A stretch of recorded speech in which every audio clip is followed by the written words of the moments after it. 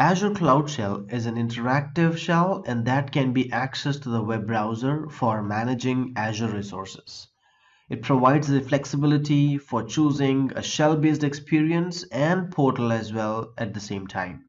Linux users can opt for a bash experience, while Windows users can opt for a PowerShell experience. Cloud Shell enables access to browser-based command line experience built into the Azure Management Portal. You can leverage Cloud Shell to work undisturbed from a local machine in a way only the cloud can provide. There are several advantages and features that Cloud Shell has. The Cloud Shell is temporary and requires a new or existing Azure file share to be mounted.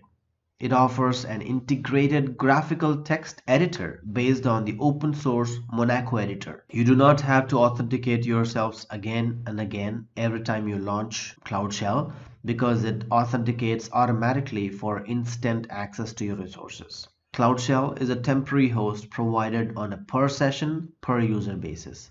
For security purposes, Cloud Shell will time out after 20 minutes without any interactive activity. Cloud Shell requires its own resource group. It has its own storage account and an Azure file share. Cloud Shell will use the same Azure file share for both Bash and PowerShell.